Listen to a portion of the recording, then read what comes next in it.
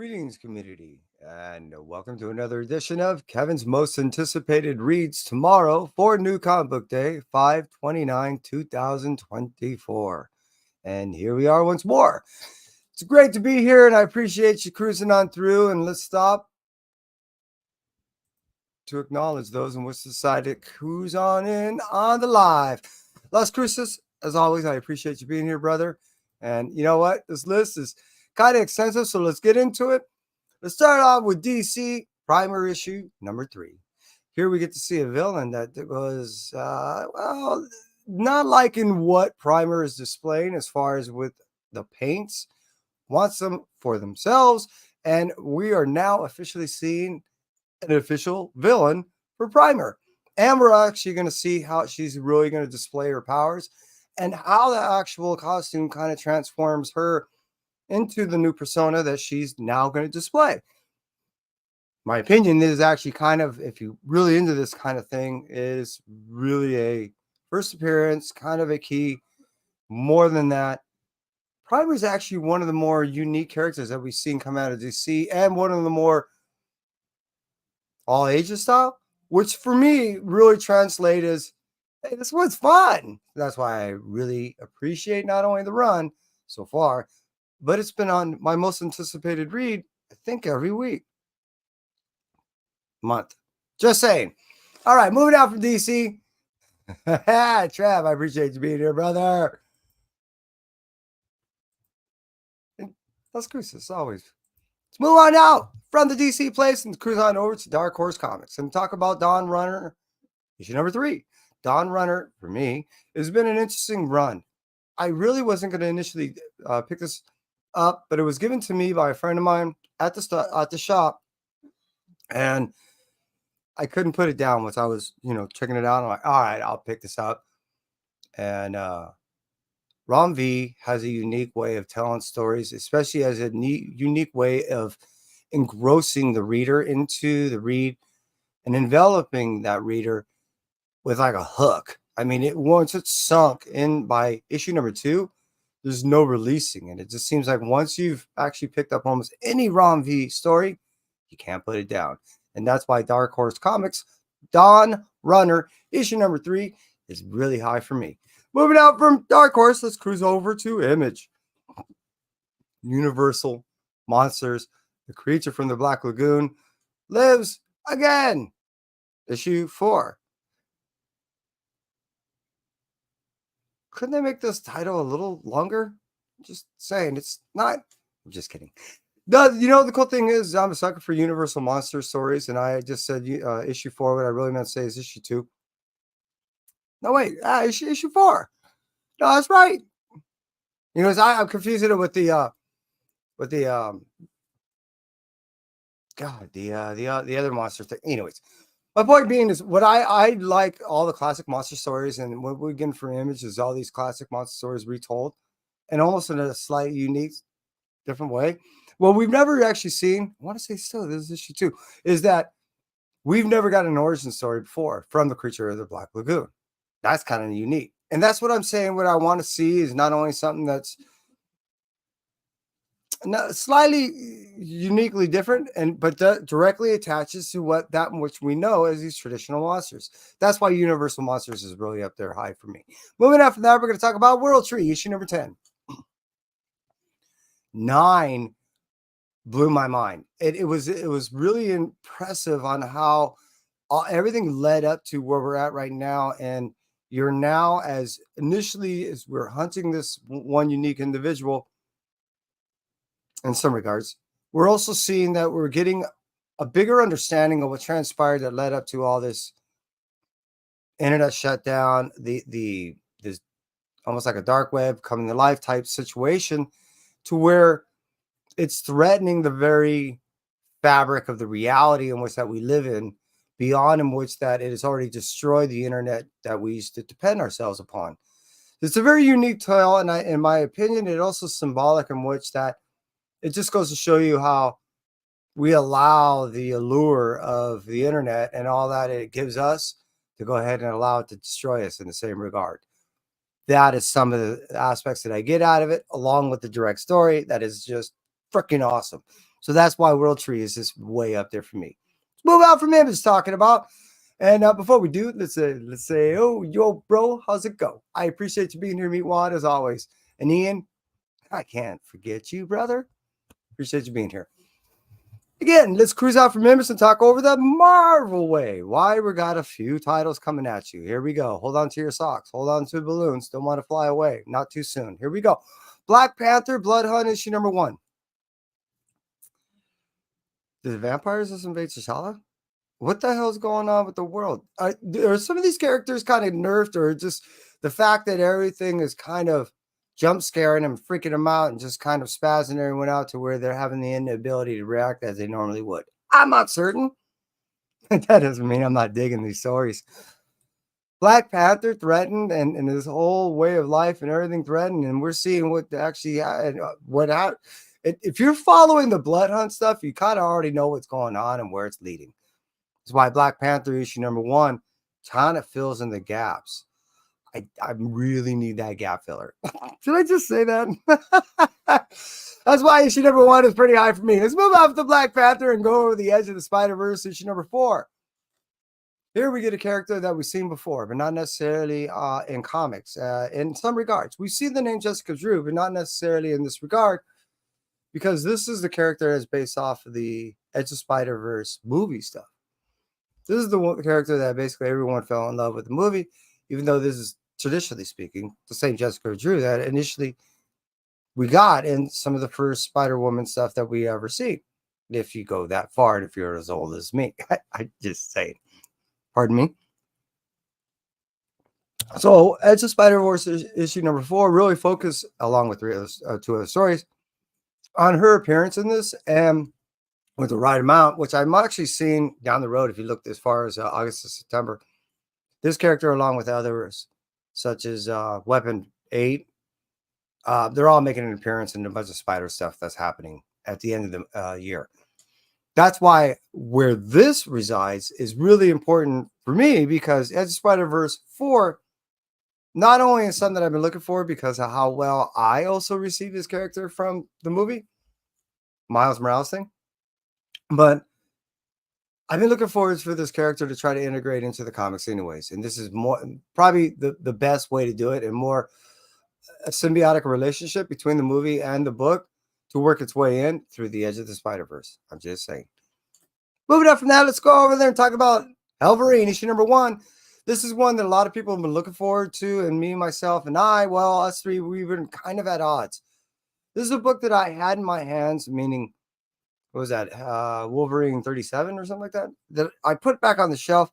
Really wasn't realizing how much it did link with the Ghost Rider story in which that I was reading. So in which that I got the second printing, and I was really kind of kicking myself that I didn't get the first, and how well this book has been well received. I do admit, 1, I screwed up on that purchase, but 2, this is actually a cool read. And I think beyond just the hype and beyond what people on the Marvel side are trying to do for a cash grab, it's actually a solid story. So that's why I'm looking to, I only got a tease on this, and all the supporting stuff leading up to this, I got a feeling this is going to be a really cool story. That's why Wolverine issue number 1 is up there for me. Let's cruise off from that. Talk about Jackpot, Black Cat, issue number 3. Pardon me. I'm a huge Jackpot fan. I'm a huge Black Cat fan. And I like to see the fact that now Black Cat is dependent upon Mary Jane, and Jackpot, Mary Jane, is really established herself as a significant character. She's taking no shit too. She's being able to really back up everything that she wants to do with her powers. Unfortunate with the guy in the chair, it's been able to work out for her. So for me, I really been digging this. So I can't get enough. I really can't. I'm digging this storyline. So if they keep this going on, which I'm hoping for at least one more before the end of the year, maybe an annual or something like that, yeah, this is solid. Yo, Tukan, I appreciate you being here, brother. Really do. Oh, that was 2. Davin. Too much Davin. All right, hey. Moving on from that, we're going to talk over the Midnight Suns Blood Hunt issue number 1. Who the hell are they hunting? Oh, Blade, dude, seriously, what the hell is going on? What? There's some. Damn, really?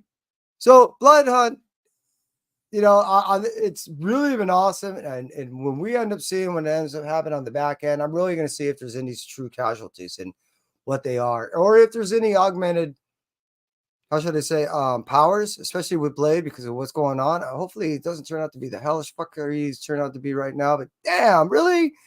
So what I'm getting at is Midnight Suns are back together again. I think -1, and the one I think they're hunting is you guess it. So Midnight Suns Blood Hunt issue #1 is up there for me, and damn, I can't tell you how high it up there for me it is going to be.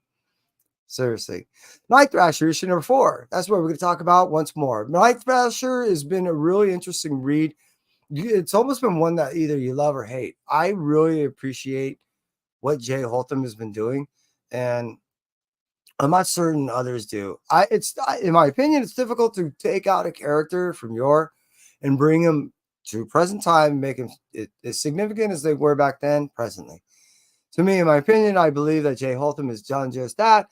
And really, Night Thrasher has been a pleasure to read for me. So, issue #4 is really up there for me. Seriously, I do recommend the trade on this one. If you're if you're an individual that appreciates the '90s stuff and you did read old Night Thrasher, pick up the trade on this one. Seriously, I think you'll dig it. All right, let's cruise out from that. We're to talk about Ultimate Spider-Man issue #5. This has been one of the most solid Spider-Man stories that we've been getting from any of the Spider Tales. And Ultimate Spider stuff is along with the Ultimate Universe that's been blending out as far as what we've been getting in. I'm not counting X-Men, Black Panther, and essentially, it's been kind of Black Panther out. I mean, to me, those have been two solids, Black Panther and what we're talking about right now, Ultimate Spider-Man 5. This is a story that has just been slightly twisted from the original, but it still gives us all the significant honor, responsibility, power, how you decide you want to live your life. There's a lot of philosophy in the subtleness of the tales that we're getting in this. And the beauty about what we're getting is it's so fresh in its telling that I think everyone's responded in the same way that I think I have, which I've been thoroughly enjoying the story. Issue #5 is really up there for me, mostly because this has been a journey unlike most spider stories that I've been getting. And that's why it's really taken me back and allowing me to enjoy something that what I normally do respond to, more of the heart tugging and the real true emotion that is backed behind these characters than just the action and all the stuff that just is at times nothing more than frill. You know what I mean? So that's why this one is really up there for me. Ultimate Spider-Man is just a pleasure to read. Moving on from that, we're going to talk about Spider-Punk issue 4. Zodi Ziegler is doing a wonderful job developing this character. I wasn't certain about this character before. I really thought this was going to be some really stupid flash in the pan character that was just going to be more, I don't know, just kind of a flamboyant gimmick. You know what I mean? It just seemed but it's actually turned out really.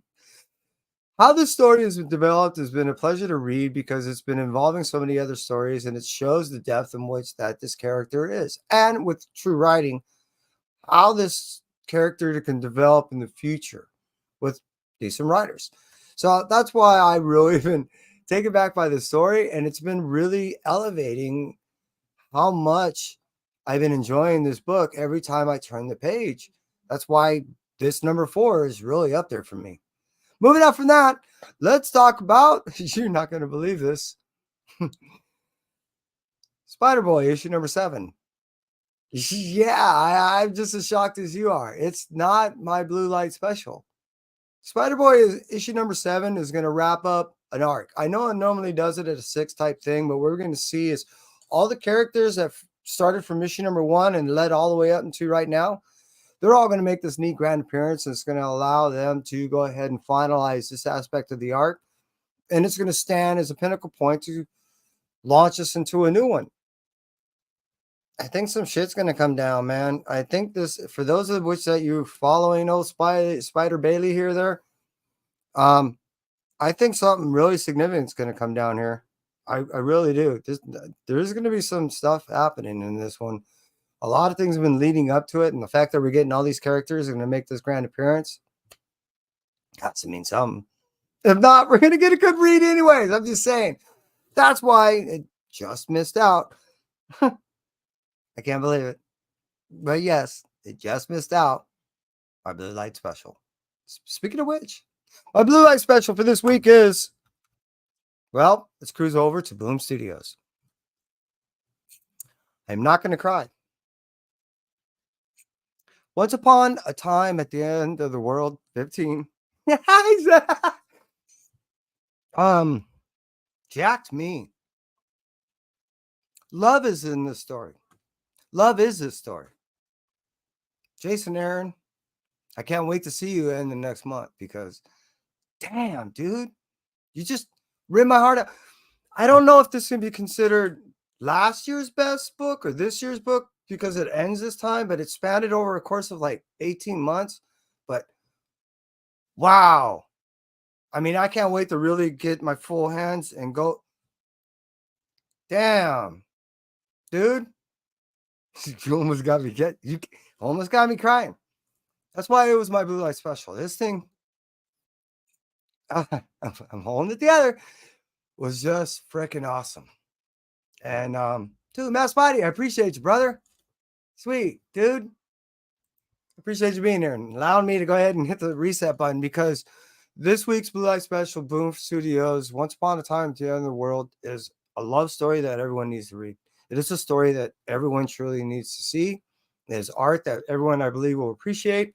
And it's written by a writer that I think is really solidified himself as someone that, amongst most, if not all of us, truly understand and appreciate and really get where he's coming from. Is an individual that really knows how to tell a tale from beginning to end, and it just hammers it right down into your heart. And that's it for me. Entropy.